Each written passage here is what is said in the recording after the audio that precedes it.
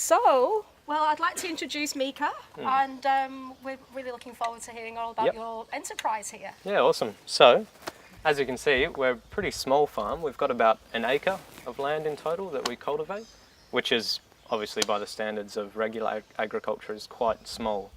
But we think it's profitable, and we think it is the best way to do agriculture because it's more intensive and you're not destroying a lot of soil and wasting a lot of land. So I started this place about 3 years ago now. I started when I was 19 years old, and I started with $200 in my pocket. So from day one, I started very small, and I lived very kind of simply just to afford the lifestyle. And the cash flow from the business has funded it from there. So now we're at the point where the whole property's obviously under production, and we've got irrigation systems and greenhouses, and so yeah, it's worked basically. Obviously it's still a long road to go, but yeah, I think it's really important for young people to start farms like this. The average age of farmers at the moment is 65 years old. So a lot of those people are going to start dropping off the twig, so to speak, and we need another wave of people to start growing our food because otherwise we won't eat. So that's why I got into this, and yeah, we've had a huge amount of support from the local community here, and people really love what we do.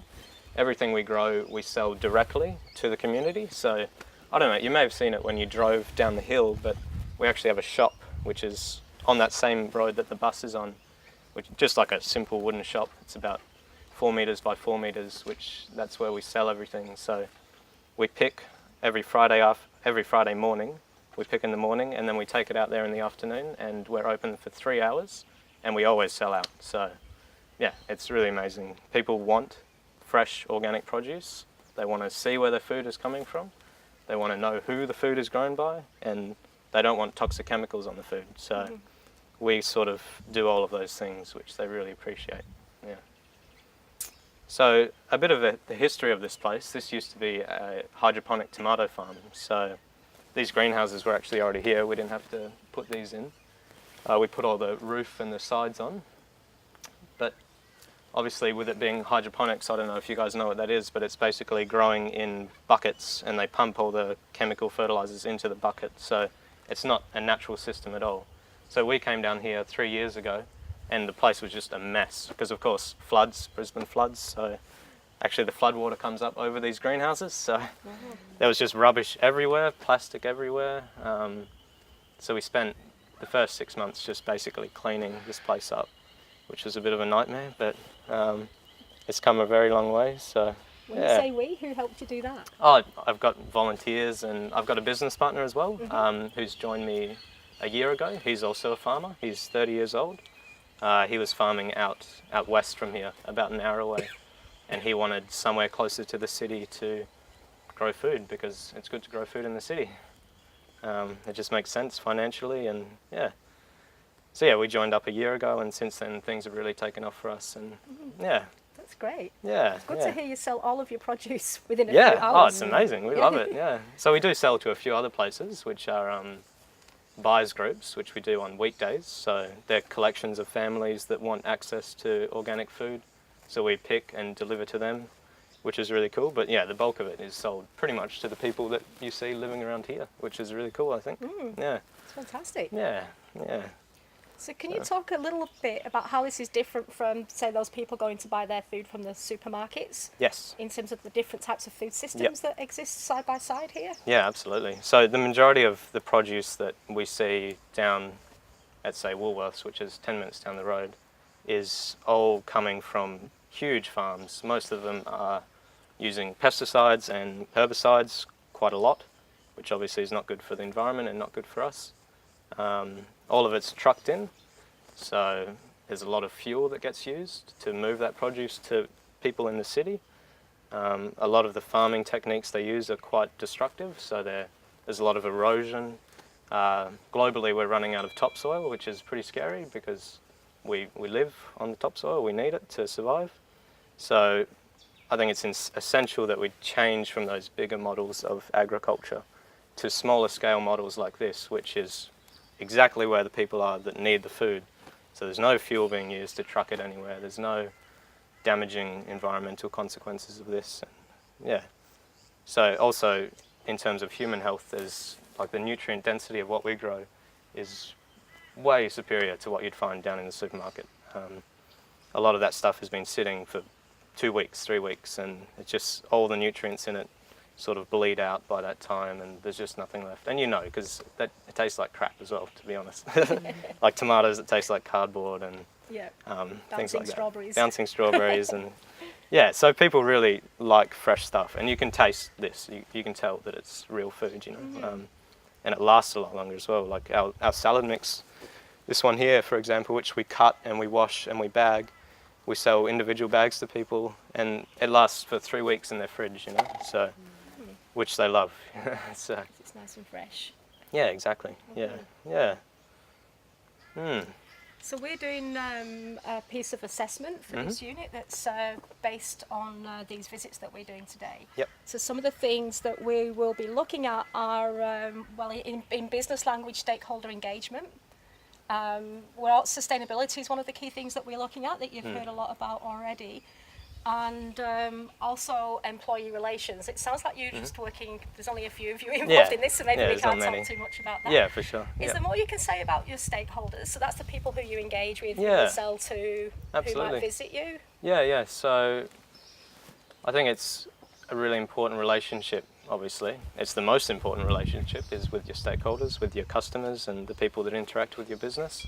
So it's something we put a lot of effort into by like putting ourselves out there, so everyone knows us. We're always friendly, we're always engaging, we're always welcoming people down here so they can see the farm and see where the food is coming from every week, which once again goes back to what people want, you know, from farming. They want to know where the food's coming from, so we supply that. So we're very engaged with our customer base, I guess you could say, and we see them each week through the stall. And how do they find you? How do they know you're here? Well, we've done a lot of social media advertising, so we have a Facebook page, Instagram, all of that sort of stuff, which you guys, I'm sure, all know about. So that's been massive. That has generated a lot of our customer base, which is really encouraging. We've had a lot of media interest as well, because there's no other, we're the only farm in Brisbane at this point. So there is a lot of media interest because this is sort of unheard of, especially for a young person to start a farm, which is also kind of cool. So that's really gotten the word out there, and actually we're trying to keep on the down low, to be honest, because a few times we've put out newspaper articles and things, and we've just been swamped, like, and we can't manage it, you know, like we sell out within an hour and then there's nothing left, and So that's an interesting issue you've got, because you're trying to stay local. Yeah, exactly. But then sometimes the publicity makes you more. Yeah, it does. Yeah, but it's a very good problem to have. There's a huge market for this in Brisbane. I can say that for sure now. So one thing that part of our vision for this farm is to help other young people start farms, because there's no one meeting the demand, you know. So we need thousands of farms this size, 1 acre farms or bigger, whatever, just around Brisbane. There's empty lots everywhere, you know, and it's not hard. You can, if you're really into it, you're really passionate, you can do it, and things work out if you put in the effort. So yeah. I ask a question. Yeah. As you say, like the average age for the farmer here in Australia is 65 years old. Yes. Is there any government or organization that's supporting young people to join the agriculture and give you like any support, like technology-wise or Good financial? question. Yeah, very, very interesting question, and the answer is so far no, but I will say there is a huge sort of grassroots movement happening to help young farmers get into this. So there's a few organisations, they're everywhere, like Young Farmers Brisbane, there's one, the Youth Food Movement is another one, which we've had a few things to do with. So there's also farmer incubators, which are like programs where they set up a piece of land, they fund everything, and then they fund a young farmer for a year to learn the business of farming. So there's a few of those around Australia, not many. So this is very early days for small-scale young farmers, you know. But there are some incredible things happening, incredible people out there, sort of, because it's a real movement, you know. actually there's a big group called the Deep Winter Gathering, which we go to every year, which is about 500 small-scale farmers from around Australia who meet up every year to talk about the movement and how we can progress and how we can promote this and how we can get more people farming. So there's nothing in government, but there is people doing things. Yeah. And if you mind, like, I would like to ask another question, because I did like a similar project back in Taiwan, and then like in Taiwan, we also have like a farmers in Taiwan, so they are trying to like encourage more young farmer to go back to the industry. So the thing they face is that a lot of because Taiwan is close to like many other like countries in Southeast Asia, so we import a lot of food. So when people trying to sell like organic food, they found it difficult because of the price is usually at the higher end.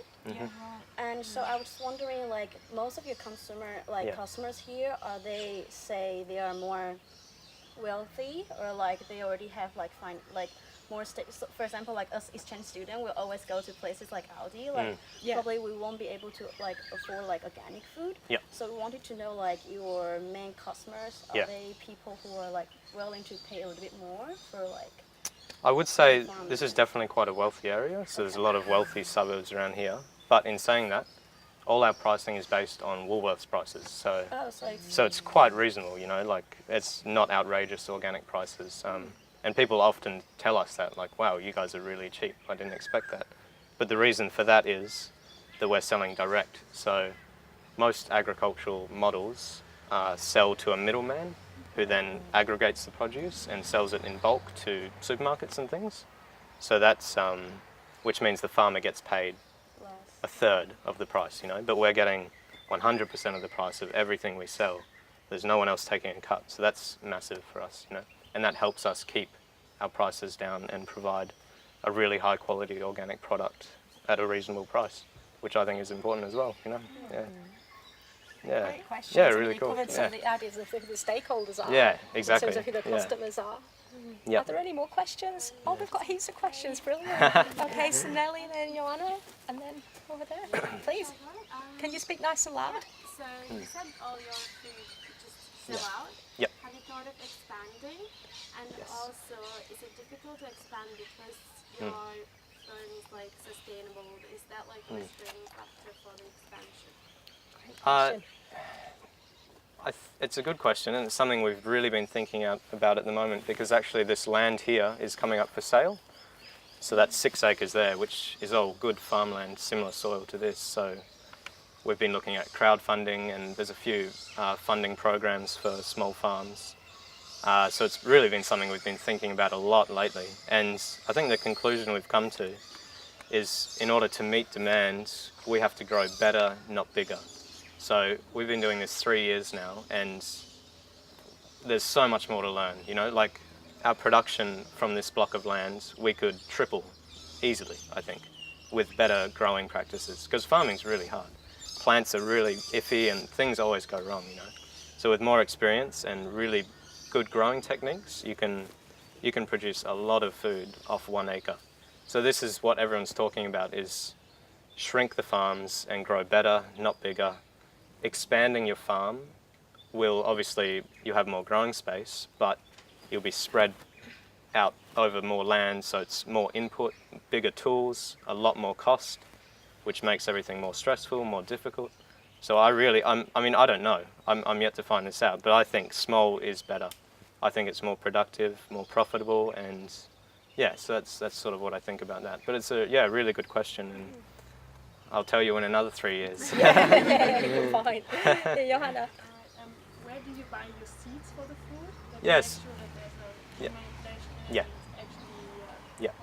So we get everything from small-scale open pollinated companies. So they're basically people that just grow seeds organically and pollinated by bees and things. So there's a number of businesses. There's one just up north of us where we get most of our seed. There's one about 2 hours south. So they're all online. So we just online order and it all gets sent to us. But nothing from big seed companies, because a lot of them treat their seed with fungicides, and which we avoid. So, and no GMO, of course. Do you do any seed seeding on site? Yeah, for sure. Yeah, certain crops we can save the seed, which is really cool. because when you save the seed of say our tomatoes here, so they'll grow up, they'll fruit. I'll take some of the fruit, cut them open, squeeze the seed out, dry it, and then replant that next year. And what I've done there is this tomato is used to this environment, you know, so it's adapted to this ground and this weather conditions. So then you keep doing that every year, and eventually you get a really good tomato that just loves this location. So that's really cool. And that's a big problem in agriculture is the genetics of crops, you know, because everyone's buying in crops that are tampered with, and there's no real genetic strength, and they're not embedded in the local community. So, yeah.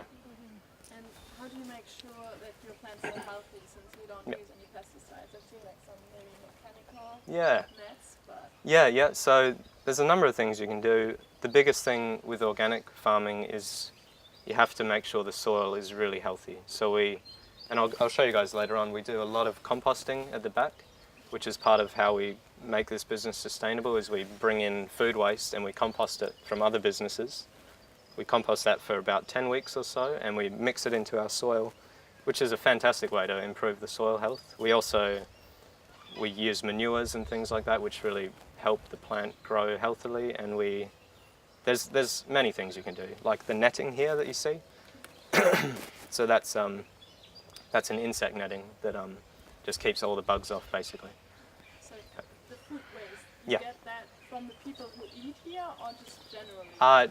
From cafes, restaurants and things, but from this area? we'd like to do that. We haven't done that yet, but we're thinking of, and that's another way we can engage with our stakeholders, is by setting up like waste collection bins at the front, and every week people just drop it down here, and they're contributing to us, and Perfect. So kind of closed loop system. Yeah, exactly, which Yeah. is really what we want to do. So yeah.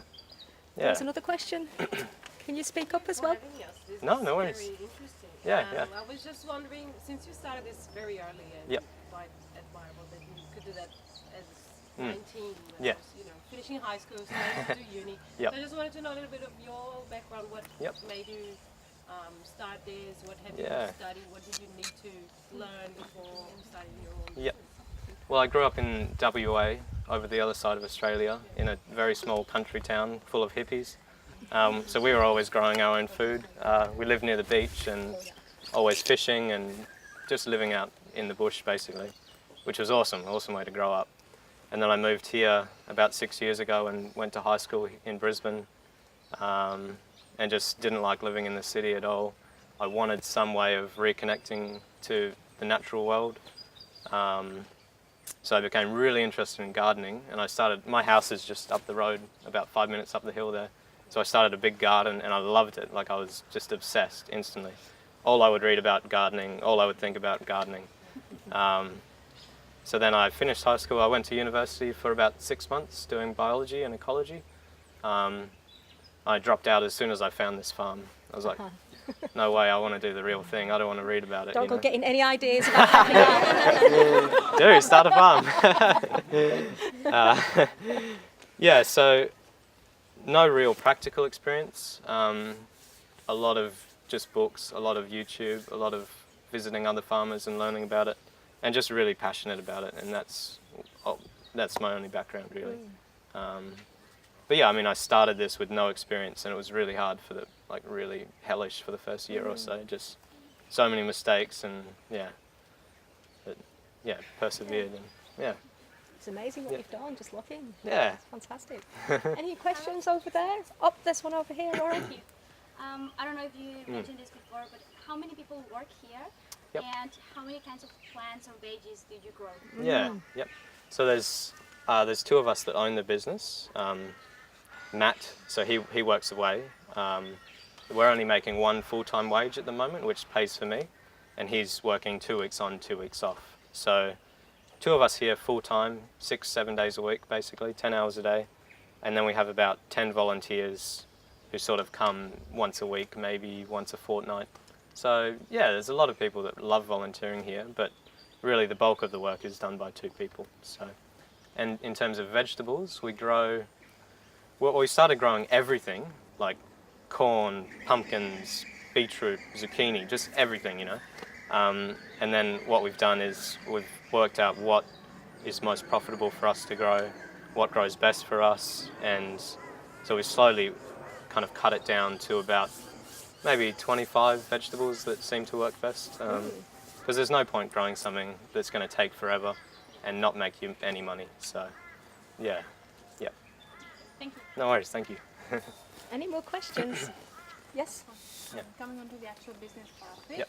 do you have a fixed business date? How do you decide your prices on your profit margins and stuff? Yeah, well, I guess we keep really good records, so we know all of our input costs, and we can use that so we know exactly what, so we kind of work it out per bed, which is the way we just think about it. So we know exactly what it costs to prepare that bed.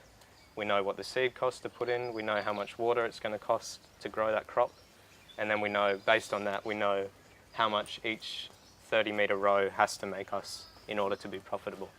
So, yeah, but we're still working all of this stuff out, you know. It's, I think it comes with experience, you know, the longer you do it, the better idea you have. But the pricing, once again, we sort of, at the moment, we're just basing on supermarket standard pricing, so, which kind of takes a lot of the worry out for us, but yeah. Any more questions? Is anyone really into gardening? Does anyone have a garden? No? I feel like in a week. Ah. It's really hard to be a farmer. Does anyone here want to be a farmer? Any aspirations for that? Yeah. To be a farmer. Especially here like this. It's Yeah. so lovely. Yeah, absolutely. I really like what you said about assisting young farmers to Yep. come on board. Yeah. It's, It's do really- you have people, because you mentioned volunteers as well, is that Yep. because people are engaging in farming and want to be farmers Yeah. themselves? Well, there is definitely a few people that come to visit us because they want to learn. And it's something, you know, maybe 10 years down the track we could actually fund something like a farmer incubator to help a young person start a farm. Because I think we're in the perfect position to do that because, you know, we are young and we started from nothing. We didn't have any land, any money, any tools, and we made it work. So if we can pass that on to another young person, I think that would be really cool. Yeah. So. Do you lease this land? Or? Yep. Yeah. So Who's the owner? Is that? the owner is the man who used to run the hydroponic farm. Right, okay. So he still, you may have seen some big greenhouses on the Yeah, I walk did, down. yeah, on the way Yeah, past, so he yeah. still grows over there. Okay. He grows tomatoes hydroponically, and we sell his tomatoes as well through that shop. Right. But so yeah, we lease off him, which is this block here, and Yeah. then we've got over the fence there, we've got that other block, which we also lease off some other people that just live up the road, which we lease that one for a box of vegetables every week. So, Oh, good. yeah. That's an So- informal economy. It is, That's great. which is really exciting actually, because I think that's a real possibility. Is you can do those sort of arrangements, you know, because people want to help people farm, so they'll just say, sure, give me a box of veggies every week, and you can use my land, and it works well for everyone. So, yeah. Questions? Can I ask you another question? Yes. One thing we know about sustainable food systems is the importance of eating seasonally. Yeah. So that we're eating food that's local. How Yep. do you deal with growing food across all of the seasons? Yeah. Yeah, it's interesting and it's very challenging, especially in Brisbane, because it's so humid and hot and there's big rainstorms and the seasons really affect us. It's also a challenge because people expect every variety of vegetable every week of the year, you know. We're sort of, everyone shops at the supermarket where everything's available all the time. And so we have this illusion that food just grows all the time, but it doesn't, you know. So a big part of what we've come up against is, you know, people expect like lettuce in the middle of summer, which just doesn't work, you know, it's just too hot and it's not possible. So we're trying to, over time we've sort of educated our customers into what is actually seasonal and how they can eat more seasonally. But yeah, it definitely is a big part of farming, that's for sure. Yeah. And what do you grow in the winter? Well, in the cooler months? winter's the best time in Brisbane. So it's sort of when we're at maximum productivity. You can grow anything in winter basically here. Because it's hardly winter, it's like over 20 every day. And the nights are like 10 degrees, you know. So it's an awesome time of year, I love winter. And then moving into summer, like everything, now we're transitioning to a lot more tomatoes and cucumbers, more tomatoes over here. We've got lots of beans and things outside, which are all heat-loving crops. So eventually we'll sort of keep growing up until Christmas. And then at Christmas time, it's way too hot to do anything. Like it's over 30 every day and really humid. So all the bugs and the diseases come out and it's really tough. So we rip everything out at Christmas and we take 2 months off where we cover crop the whole farm. What do you mean by that? Yeah, so cover cropping is an organic technique where you put in a crop of legumes, grasses, not vegetables. So yeah, and they're plants that really improve the soil. So like it'll grow this high and it'll be thick and lush, and the roots will go down and feed the soil microbial life. And then we'll go in with a big mower and we chip it all up and chop it into the soil, and which adds all the organic matter and it breaks down, and that's our fertility for the next year. So it's a good way to protect the soil from the heat as well. So yeah, it works really well. Lovely. Yeah. So do we have a chance to have a little walk Absolutely. around with you? Yeah, and yeah. We've probably got about 15 minutes till we need to get back on the bus. So Yeah, cool. Yeah, shall we do that? I thought I'd show you all our composting up the back here, That'd be great. and just explain that a little bit, and then we can sort of loop around. And I've set up some of my tools and things over there, which I'll just show you basically how we prepare a bed and plant the seeds and do all that, which is kind of interesting. That would be lovely. Yeah. So I don't know if you can all see this or not, but this is where we all do our composting. So as I mentioned before, we bring in food waste from other cafes and restaurants, and we'd like to get it from the local community. So they dump it down here once a week or so, and we mix it with various ingredients, and then you let it sit for 10 weeks. And basically all the microbes move into the compost pile and begin breaking it down, and then within 10 weeks you have a product that looks like soil, which you can put into your bed, and it's just fantastic for the overall health. We use it as an inoculant, which means it's transferring all the microbial life and the biology, earthworms, bugs, good bugs, into our soil, which then move into the soil and create fertility for all our plants. So it's a good way for us to utilize a waste stream and convert it into value for us. So yeah, that's another really important thing about farming in the city, is there is a lot of waste that small farms can utilize for their fertility, which is another way of, sustainability, closing the loop, growing food from waste rather than just throwing it in landfill. Because all food waste basically just ends up in landfill, where it's buried and creates methane and is not good for the planet. So yeah, this is one way of utilizing that, which we're really excited about. So yeah, that's all really about compost. But so does anyone here have space to start a garden at all? No? Sorry, did you have a question? Were you going to say something? It's about the tank water. Yeah. Do you use only tank water, or do you have some? No, so mostly we use mains water, but we do supplement with as much tank water as we can, which is good because mains water is very expensive. So another idea we had actually was to purchase a lot of tanks, and because this is a hill here, we could set up water tanks on the hill and get people to catch water for us and then funnel it down to the farm, and in return they will get vegetables for the year. So just an interesting way of engaging the local community for water. So I don't know if you can all see or not. There's plenty of space up here if you want to kind of cram in. I thought I'd just show you basically how we prepare the soil and plant a crop, because it's interesting for small farms because we don't use big tractors, we don't have equipment, how we actually do the farm work. So this here is the first tool we use. It's called a broad fork, and basically we use it to break the soil up. So we'll put it in, push it down, and sort of gently lift the soil. And so what's that doing? That's doing is aerating the soil, putting oxygen in, loosening it, which is really important for our crops. This is the compost that you saw earlier. So we'll fill a wheelbarrow with this and just sort of spread it out on the bed like so. You don't need a lot of compost.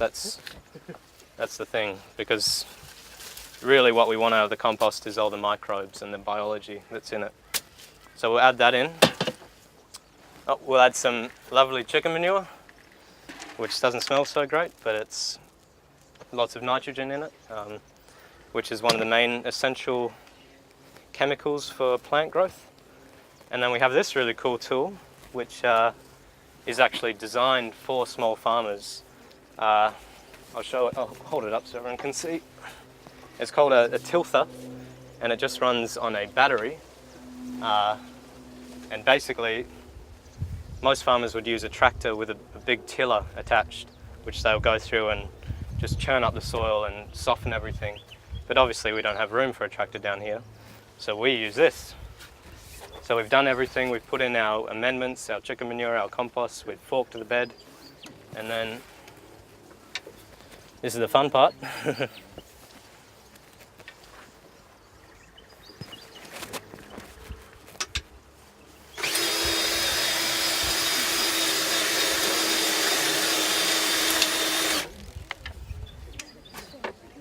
So you can see that's done is it's mixed all that compost in, and you can see how nice and fluffy that is, which is really important if you're going to put a plant in there, because they like to spread their roots out and explore the soil.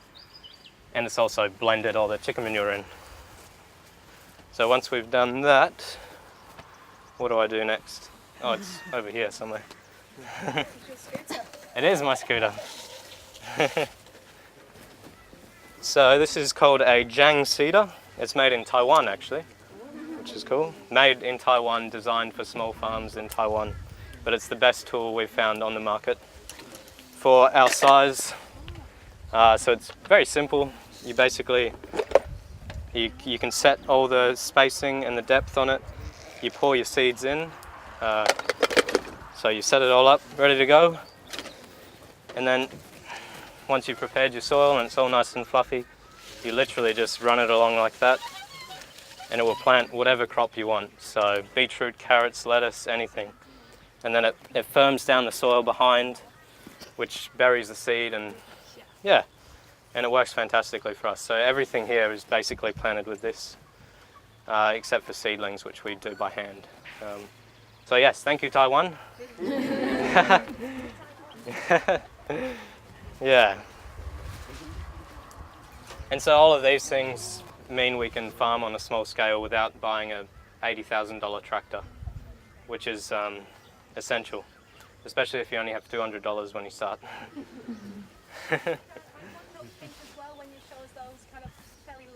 Yeah, very low tech. Yep. Yeah, absolutely. Yeah, so obviously these don't use any petrol. The battery drill just runs on electricity, obviously. And yeah, once again, farming is a massive activity that we do on the planet, and it's a lot of fuel gets used. Like modern farmers these days literally just sit in their tractor and that's it, that's all they do. They don't get their hands dirty. The tractors all run on GPS and it just runs up and down, planting, tilling, doing everything that the farmer normally should do. So and that's a really important thing to remember, is that modern farming is one of the biggest issues we have on the planet. We don't see it because it's not in the cities. Not many people know about farming. They just sort of buy the food and that's it. But it is causing huge destruction globally. So transitioning to smaller scale systems using low-tech tools like these that don't run on fossil fuels is really a way that we can mitigate a huge amount of ecological damage and create a sustainable food production system. So yeah. Any questions? Yes? Sorry, just on the practical side of this business, if for some reason the crops and everything, get damaged by the conditions or anything, is there any insurance that covers, or any other sorts of things that you use? Not really. You just have to cross your fingers and hope for the best. I mean, we could do like crop insurance, but it's sort of impractical at this scale. Like that would make sense if a farmer was planting 100 acres of corn, they would probably insure that. But for us, like we can most of what we grow is quite quick. So we'll plant, each one of these beds we'll plant 3 or 4 times in a year. So if something doesn't work, we'll literally just rip it out, throw it in the compost and start again. It's not worth us, mucking around with it. So yeah, it's a quick system, so yeah. Micah, we're going to have to jump on the bus, but we've Yeah, got time no for worries. one more question. If there's one last question One more you'd question. like to ask before we head off. So how do you deal with sorry. What was the question? Can we buy tomato? They're really desperate to try a tomato. Oh really? We don't actually have any that are ripe at the moment, unfortunately. Seasonality. Seasonality, yeah, there you go. Okay, there was a question here. Do you deal with the rest of the crops after you harvest, such as Yep. the crops? Yep. So Is there such a- we pick everything, so you mean we pick the produce and then what do we do with it? Yeah, with the rest, for example, like the corn. Oh, okay. Yeah. You mean that? Take the corn and what about the Yeah, leaves and right. So a lot of that we'll chop it out and throw it in the compost over there because that all turns into good compost.